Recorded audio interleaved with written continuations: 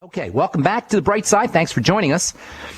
We're here for you on every day, Monday through Friday, 8 to 9 Pacific and 10 to 11 Central Time. Last we spoke, we were talking about the nature of the body as a composite or as a mosaic of trillions of cells, hundreds of different kinds of cells, over 200 different types of cells, hundreds of trillions of cells. And this is really the key, one of the keys or the key to understanding the health of the body and how to keep it or how to restore it back to health. We have to understand the nature of the body as a composite of lots and lots of different cells.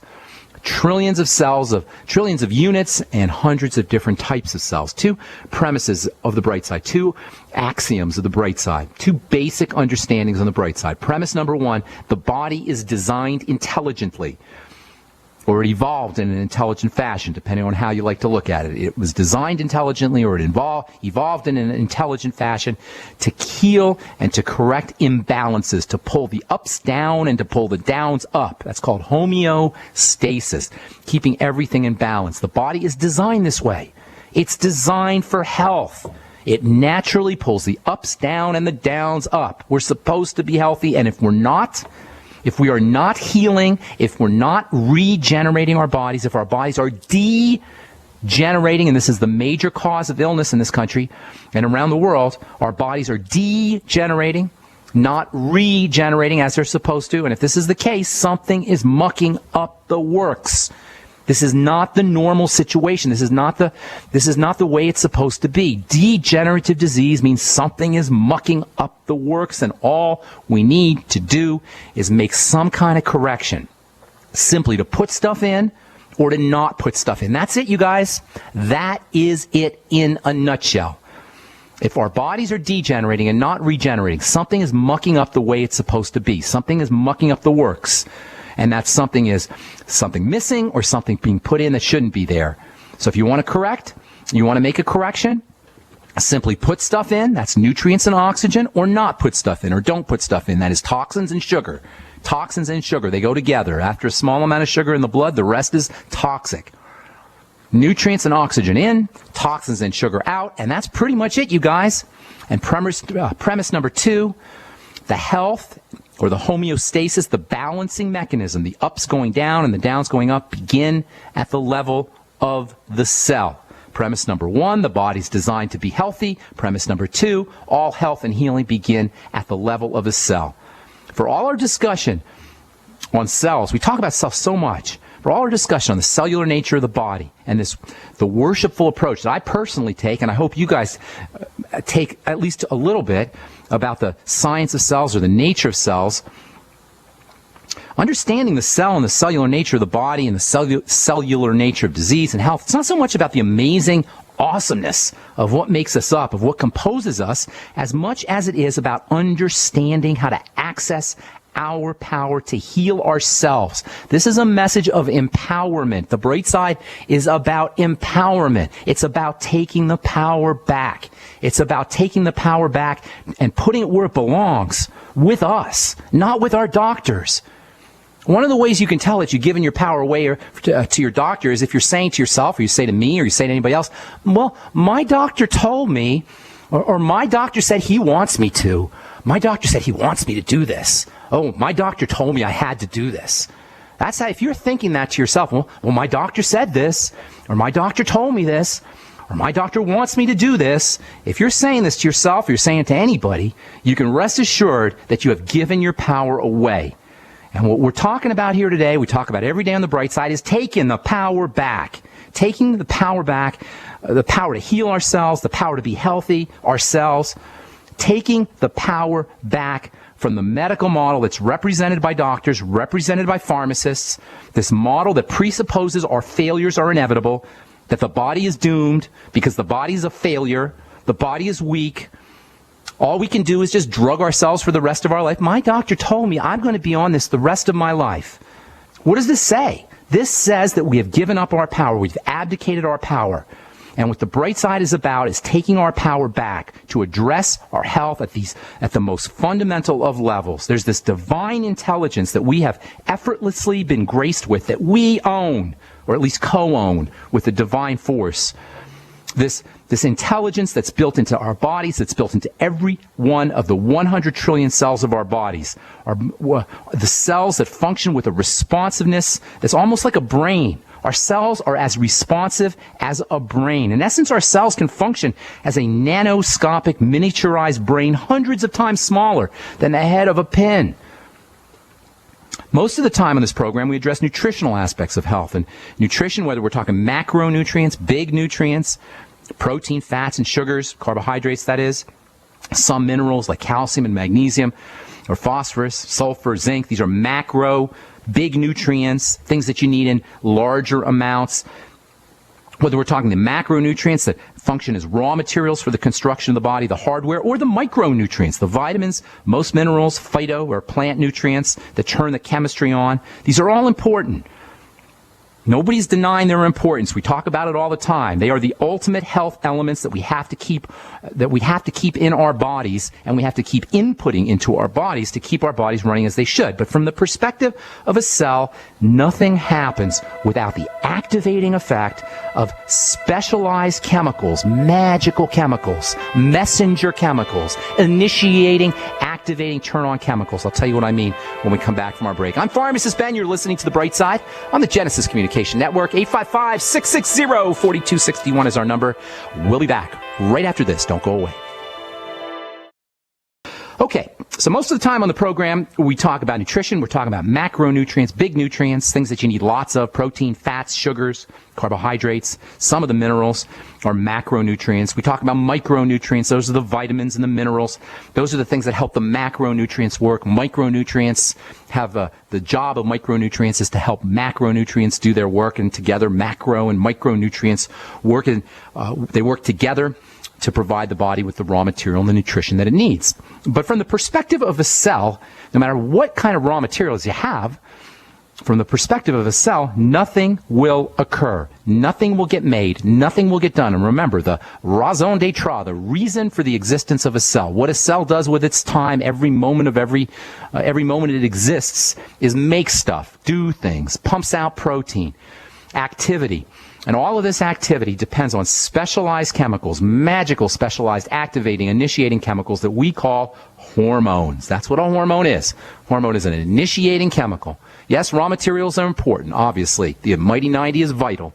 Essential nutrients, nothing happens without essential nutrients. But at the level of a cell, the switches that turn the cell on are activated by what we call hormones. Nutrients are important, but at the end of the day, cell activity, whether it's making things or eliminating things, follow the activating or initiating activity of a hormone, which literally means, the word hormone literally means to set into motion, to activate, to initiate. That's what the very word hormone means. It comes from the Greek hormeo, I arouse to activity. We always say all disease is cell disease. That's a hallmark part of the Bright Side philosophy. That may be the key element of the Bright Side philosophy. All disease is cell disease, and all wellness is cell wellness. And we talk very glibly about cells, and we talk about the cell level. But what does the fact that we are somehow created out of 100 trillion little components, little parts that are not widgets, they're not screws, they're not bolts, they're conscious little animals. Robert Hooke, the guy who first discovered the cell, actually called them animalcules. That was the first name for cells. They were called animalcules because they are like little animals. They walk and they move, and they go towards food, and they go away from poison, and they change, and they're responsive to their environment.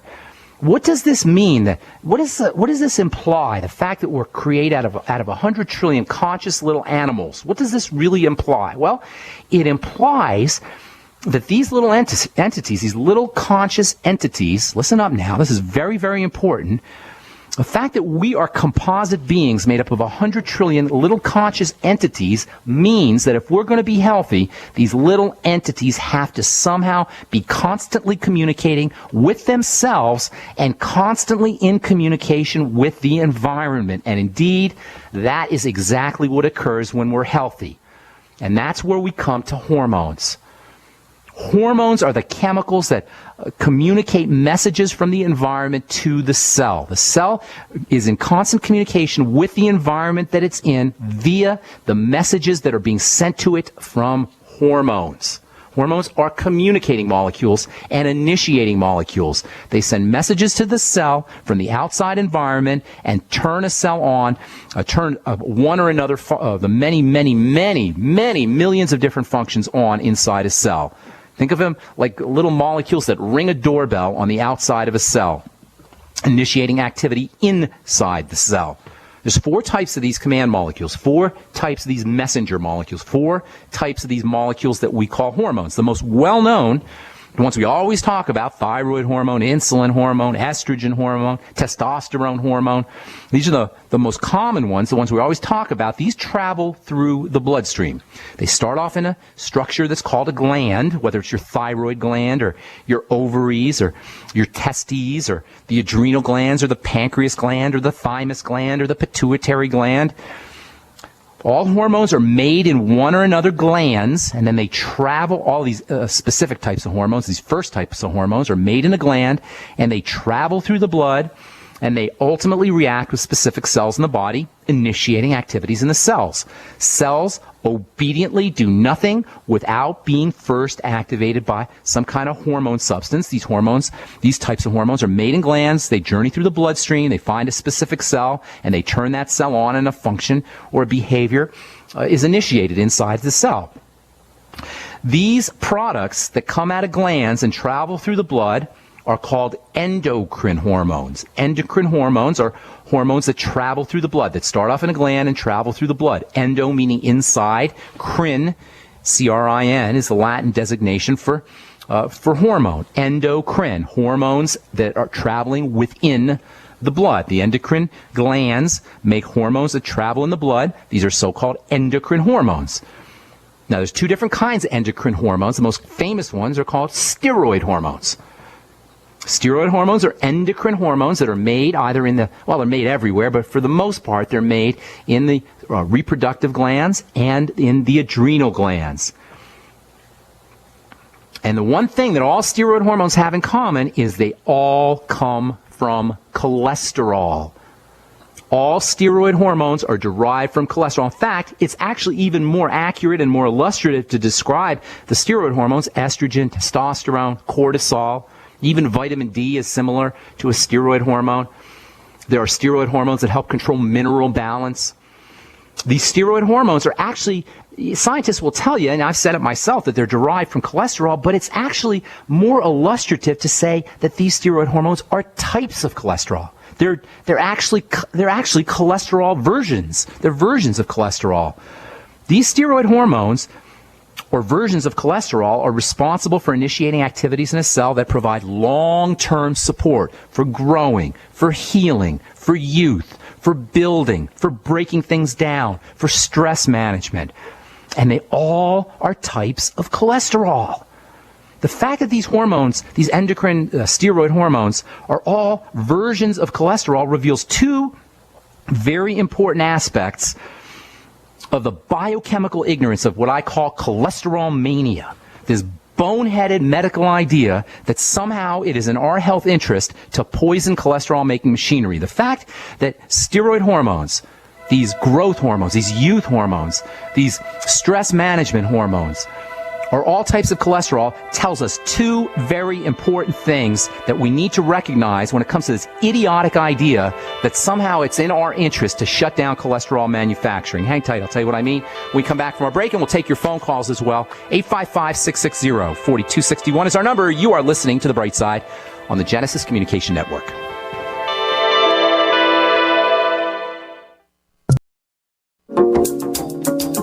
Welcome back to The Bright Side. I am Pharmacist Ben.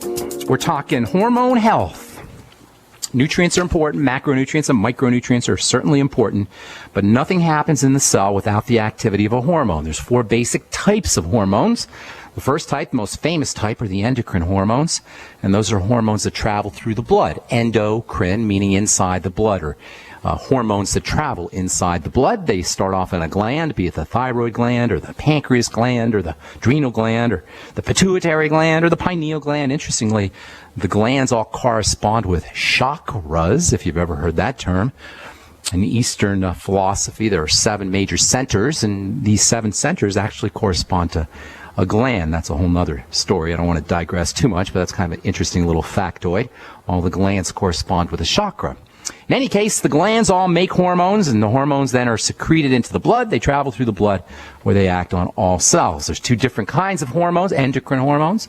The main kind are called steroid hormones, and they all come from cholesterol. In fact, they don't just come from cholesterol, they're actually types of cholesterol. They're versions of cholesterol. This idea that all the steroid hormones are versions of cholesterol, they're types of cholesterol, reveals 2 very important aspects about the stupid idea that to suppress cholesterol production, to poison cholesterol production with a statin drug is somehow in your health interest. It is not in your health interest. It is a dumb idea. Number one, because these steroid hormones, these endocrine steroid hormones, all come from cholesterol. Somehow or another, the idea that suppressing cholesterol production is somehow good for your heart has ignored the fact that the body needs these steroid hormones to build, to break down, and to manage stress more effectively. If cholesterol levels are too high, somehow the cholesterol-making machinery has gotten the idea that the body needs to be building, that the body needs to be producing stress management chemicals, that it needs to be managing stress, or that the body needs to be breaking down. The body or cells are getting the wrong signals. Elevated blood cholesterol is the body's attempt to deal with stress or a perceived need for building or breaking down. Something is communicating to the cells that there's a need for buildup or breakdown or stress management. And elevations in blood sugar and insulin are the prime suspects in hypercholesterolemia, high blood cholesterol. Let me say that again. Elevations in blood sugar and insulin are the prime suspects in too much cholesterol. And the nonsense of poisoning the cholesterol manufacturing system is flat out biochemical ignorance. It flat out says that whoever is prescribing or dispensing or recommending or suggesting these drugs does not understand that elevations in cholesterol typically follow or typically secondary to changes in blood sugar, to dysglycemia, to messed up, whacked out blood sugar. This should come as no surprise to anybody listening to this program, because messed up blood sugar is the second point on our triangle of disease. There's a second thing that steroid hormones, the nature of steroid hormones as types of cholesterol tells us, and I'll tell you what that is tomorrow as we continue talking about hormone health on the bright side. Time to hit our phones. 855-660-4261 is our number. Let's head out to New Hampshire and welcome Judy to the bright side. What's up, Judy? How you doing this morning? I'm doing so well. I just Thank you. That's awesome. I love that. I appreciate what you do. It's so educational, and it's so urgently vital for people to learn this information. Thank you. I appreciate that. And take control of their health. I agree. Yeah. I have so much to talk about, but my main purpose is I'm calling on behalf of a dear friend who, he's a 70-year-old male. About 2 years ago, he started having some symptoms that caused him to seek a medical diagnosis, and they told him he had Parkinson's disease, and they gave him medication, and none of it worked. And he started to decline more and more. He took some falls and injured his shoulder. He has to get his shoulder replaced now. Oh, my goodness. But he has a new diagnosis, and they're saying that he has something called PSP. Okay. Did they tell you what that? What's that stand for? Progressive supranuclear palsy. Oh, my goodness. I learn new acronyms all the time. These dumb acronyms. Okay, let's break it apart. Progressive supranuclear palsy, is that what you said? Yes. Okay, basically his nerves are messed up, nerves and muscles. Palsy is a nerve muscle issue, a neuromuscular issue where you shake and you can't control your musculature. It doesn't matter. It's the same idea. Parkinson's is the same thing. It's all the same thing. It's an inflammatory condition that's affecting the nerves and the muscles. Now, the poor guy's only 70, and that's very young, believe it or not. For you guys out there who are in your 30s or 40s, let me tell you, 70 is young. All right, a guy like that has 30 or 40 or even 50 years of good living left if he takes care of himself. And the good news is he can start to turn this thing around tomorrow. Today. Any neuromuscular issues that follow inflammation need to follow the same protocol that you do for acne, or that you do for heart disease, or that you do for diabetes or any other progressive degenerative disease. Number one, we got to cut the flow of inflammatory factors from getting into the body. All right? Mm-hmm. We got to cut that off, and that's always going to be food. A guy who's only 70, who's already experiencing these breakdowns in his neurology, has probably been subject to the input of inflammatory factors through the digestive system for decades. So this is a guy, and he doesn't have a lot of time to waste. He's got to do this right away. Immediately, we want to start to patch the gut. First of all, we need to eliminate the foods that are getting in that are causing inflammation, and then we got to patch the gut. So first, do a food diary. Have him keep track of everything he eats, and then next to where he writes down everything he eats, how he feels in terms of his digestive system, an hour later, 2 hours later, 4 hours later, 6 hours later, 8 hours later. We need data. We need sample points. He doesn't even need to change anything right away. So for the next 2 or 3 weeks, if he's doing it himself or somebody's helping him, everything he eats, put it down in a notebook, and then how he feels in terms of his bowel movements, in terms of gas, in terms of bloating, in terms of nausea, discomfort, queasiness, heartburn, any kind of digestive symptomology, and then link those up to foods. And we want to see what those look like, what that data looks like after a couple of weeks. So what he's going to find is, and he's probably going to be very surprised, oh my God, every time I have cereal, I bloat. Every time I have a cheese, I'm constipated. Every time I have dairy, I get gas, et cetera, et cetera. And then we're going to have to eliminate those foods. So first things first, keep a food diary. Let's get some data points. Let's get some sample points that connect food up to digestive symptoms. Then we want to, at the same time, simultaneous with this, we want to patch the gut up. We want to patch up the digestive tract, and we want to start to heal the digestive lining to prevent food particles from getting into the blood. Many, many ways to do this. The Z radical, or the Fuchs Z, actually is a little bit better. That would be something that he should probably be on. The Healthy Start Pack, of course, that goes without saying. Have him sip on the Beyond Tangy Tangerine. Listen, if you have leaky gut syndrome, or you have malabsorption issues to the extent that you're now starting to get inflammation and a neurological or neuromuscular inflammation, the chances are pretty darn good you're malnourished.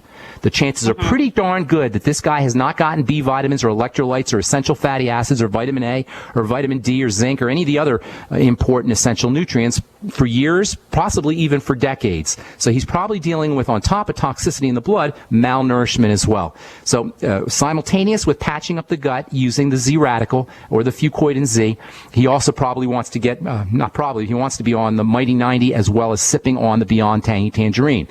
After all his meals, he should be using the Ultimate Enzymes, and he wants to get on the Biolumin Nightly Essence Probiotics. Unspeakably important probiotics. Unbelievably important for patching up the digestive system. Also for neurological issues, probiotics are important. So he's going to want to be on the Biolumin Nightly Essence, 3 in the morning, 3 capsules in the morning, 3 at night. Hang tight, I'll give you a couple more ideas when we come back from our break. I'm Pharmacist Ben. You're listening to The Bright Side. If you're on hold, hang on. We'll get to you when we come back from our break. 855-660-4261 is our number. We're coming back at you with more good health information right after this. Don't go away.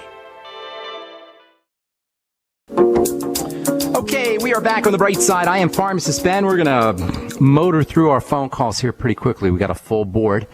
So Judy in New Hampshire, I'm going to go a little fast here for you. Judy, are you there, ma'am? Yes, I'm going to go fast. Yep. Okay. Good. Yep. You want to patch up the digestive system, look for problem foods and eliminate those. For the next couple of weeks, have your friend keeping track of everything he eats and how he feels after he eats those foods, vis-a-vis bowel movements, gas, bloating, discomfort of any kind, heartburn, etc. And then he's going to want to eliminate those foods. At the same time, patch the gut up with the Fuchs Z product. Also, the Ultimate Enzymes and Probiotics, the Biolumin Nightly Essence, 3 in the morning and 3 at night. He may want to throw in a little bit of glutamine powder. That has a real neat benefit for the digestive system. The cells of the digestive tract actually use glutamine powder for fuel, and the cells that have energy are going to be healthy cells, healthier cells anyway. Glutamine powder, a teaspoon or so a day, can be helpful in that regard. Bone soup is one of the all-time great digestive system foods, digestive system soothing foods. It can also help him a little bit with the neuromuscular problems, with the palsy issues. And then make sure he's in the Healthy Start Pack, make sure he's using his essential fatty acids. We're going to be talking about the very important relationship between essential fatty acids and an interesting kind of hormone that doesn't even get talked about as a hormone in the coming days. So you may want to listen to that, or have your friends listen, have your friend listen to The Bright Side as we discuss the relationship between essential fatty acids and inflammation and anti-inflammation. And then if you want to throw a couple more things in there, in addition to the apple cider vinegar after all his meals and the ultimate enzymes after all his meals, he may want to get some hydrochloric acid substitutes, something like pepsin HCl or betaine HCl. You'll get a little bit of that in the ultimate enzymes, and then also the apple cider vinegar will help. And then if he notices that he's got any problems with fats or fat malabsorption, have him using some bile salts, extra bile salts, that's BILE, and some extra lipase and some extra pancreatin, in addition to taking 20,000 international units a day of vitamin A. And then last but most certainly not least, vitamin B12 injections can go a long, long way towards helping all neurological problems, and that includes ALS, and that includes Parkinson's disease, that even includes Alzheimer's disease or MS, or any central nervous system kinds of issues. Vitamin B12 injections. Okay? There's tons more. That doesn't even scratch the surface, but that's a good place to start, Judy. Thank you so much. This is a lot. I'll give him the information. Good. God bless you. Have a beautiful day, and good luck with everything with your friend. Okay. All right. Let's see. Dianne in Nebraska. Is this the famous Dianne who I haven't talked to forever? Dianne, you there? Dianne? Hi, Ben. How are you doing? Is this my friend Dianne in Nebraska? Where you been? Yes. I haven't talked to you for a long time. Dianne, how's it going? I'm still listening, Ben. I'm glad to hear that. How can we help you today? My 6-year-old grandson has been having trouble with bedwetting. They took him to the doctor, and they did an X-ray, and they said he's constipated. Well, constipated? Are they relating that to the bedwetting? Yes, they are. They claim that there's pressure on the bladder. Well, I don't know if I buy that, but the constipation is definitely, if that's true. I mean, why would he need it? Is that for sure? You say your grandson, right? Yes. Now, is he constipated for sure, or is that just what they're telling him? That's what they're saying. I don't know why they would know it and he wouldn't know it, but in any case, constipation needs to be regarded as a digestive health issue. I don't know about the link between bedwetting and constipation, although I have heard of that. But I'm not convinced that the constipation is not something that's more serious than the bedwetting. The constipation needs to be regarded as a food intolerance, and that can back up and cause toxicity in the lymph and ultimately lead to all kinds of problems down the road. How old is your boy? Is the He's just 6. He's 6. Okay, if he's constipated at the age of 6, that means he's under some severe digestive distress. Look to foods that are causing the constipation. Dairy is the biggest culprit. Cheese, milk. Kids love milk, obviously. And to replace milk, by the way, if you're out there and you want to replace milk, and for you, Dianne, if you want to replace milk for your grandson, look to the essential fatty acids, the ultimate EFAs, and protein. The mixture of fat and protein is the best way to wean yourself off, and not even just kids, even adults as well, the best way to wean yourself off of milk. We crave milk, we crave dairy, we love dairy and milk largely because of its fat content and its protein content. Now, certainly there's good things in milk. There's wonderful things in milk that you can't get anywhere else. So milk is not necessarily a problem food as much as pasteurized and homogenized milk is a problem food, and most of us don't have access to raw milk, so it's kind of a moot point for most of us. Milk is a problem food, even though theoretically there's good things in milk. So weaning himself off of dairy is the first thing that you want to do, or at least linking his constipation to specific foods, and dairy is very likely one of the problem foods. Gluten and grains can also be a problem, not just glutens, but all grains. And then anything that causes constipation can be an issue. Probiotics are the remedy, if there is a remedy for constipation. Probiotics are a remedy. Most of the stool is made up of bacteria, so if there's any bacterial issues, problems with enough bacteria or the wrong kinds of bacteria, that can create an issue or create a health problem, constipation, for example. Get them on the Biolumin Nightly Essence. Have him start sipping on the Z Radical. That can also help. And by all means, make sure he's using the Beyond Tangy Tangerine. Sipping on the Beyond Tangy Tangerine, which has a little bit of a laxative effect. The OsteoFX also has a little bit of a laxative effect, so small amounts of the OsteoFX might be helpful too. I'm not sure necessarily. I have heard of that bedwetting and constipation are related, but personally, I would be focusing on the constipation more than the bedwetting for now, at least, because that can back up and to cause problems in the lymph as well as toxicity in the blood, etc. And that's the major health issue, much more important than bedwetting, in my opinion. Look to Problem Foods, Probiotics, Z Radical, the Healthy Start Pack, the Beyond Tangy Tangerine, and the OsteoFX. I'm sorry, go ahead, Dianne. I was just going to say, do you have any recommendations for giving him relief from the constipation he has right now? Glycerin suppositories, if he absolutely needs relief. Those are non-toxic, and they'll give him some quick relief. If it's an emergency, high doses of vitamin C, like a teaspoon of vitamin C in water, and have him sip on a glass of water with vitamin C in it, but that might give him a little bit of gas and a little discomfort. So that's only for emergencies. There's another product you can get called magnesium citrate, and I forgot the brand name of that, but you can get that at the drugstore, and he can sip on or do half a bottle of that, and that'll clean him out too. But personally, I would have him sip on the Beyond Tangy Tangerine and use the OsteoFX, and then for glycerin suppositories to give him a quick evacuation. Glycerin is completely non-toxic. That's also good for babies too who are constipated. But please don't rely on the glycerin suppositories. Look to Problem Foods as the cause of the constipation, and then eliminate the causes. Okay, yes. Dianne? Thank you. God bless, Dianne. I got to move on. Thanks for your call. Appreciate it. All right, let's see. James in Washington State. What is up, my friend? How you doing? Hi, Ben. I have a 4-year-old daughter who came back with hives after we went on a trip and was exposed, we think, to the swimming pool water in the hotel. Okay, well, I wouldn't think that hives are caused. It's possible, but that wouldn't be the first place I would look for hives. Hives are usually caused by an internal immune system activation. Something inside the body is activating the defensive response. Now, it could be chlorine that exacerbated the problem, and certainly topically you can cause a contact dermatitis. That's what it's called when you have a topical initiating factor. But usually hives, if it's truly hives, is connected to an internal allergic or immune activation. Look to foods, problem foods. If the hives flare up, look to what the kid put in his or her. Did you say your daughter? Daughter, yeah. Yeah. Look to what she ate right before the hives flared up, and if hives sparked up. If the hives got worse, look to what she ate when the hives got worse. We've noticed that she was eating the same food before the trip and after the trip, and didn't have any reactions before the trip. But and then she got in the pool and she got the problem. And then all these foods that we were eating before, she's now, sensitive to. Okay, well, something could have changed, and I can't speak to that. Swimming pool, anything that dries the skin out can be like a stimulator of an allergic reaction that wouldn't have occurred otherwise. And this is also true with eczema.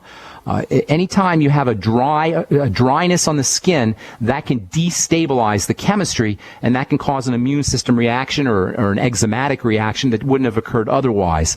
So it may have had the chlorine or the dryness of the water. Water can have a drying effect on the skin. That could have been sort of a trigger for an immune system reaction that was percolating under the radar. But I would still be focusing on foods and looking to digestive health issues. Does she have any history of constipation or loose stools or complaining about her stomach or pain or anything like that, bloating or anything along those lines? Not that I know of. Okay, well, you might want to look into that, because that usually is the culprit behind hives. Almost always is the culprit behind hives. Although, importantly, wintertime weather, when it tends to be drier, and chlorine in pools or any kind of pools, or even showers or hot tubs, can be triggers that will initiate an allergic response like hives that wouldn't have occurred otherwise. So I find it unlikely, though, that there isn't some kind of percolating digestive health issue. And this is important, because if there is something underneath the radar... She's addicted to sugar. Well, those are all bad signs, and those are indicators that she may have a problem metabolizing sugar. James, it's the bottom of the hour. It's the end of the program. If you call back tomorrow, I'll get you first up, and we'll continue this discussion. And I apologize again if I left you guys on hold. My bad. I don't know how to get around that, but that's just how it is on the bright side. Thanks for listening, folks. I'm Pharmacist Ben. Check out my website, brightsideben.com, when you have a moment, and we will be back at you with more good health information tomorrow on the bright side. Have yourselves a wonderful, awesome, terrific day. We'll talk to y'all later, folks. Bye for now.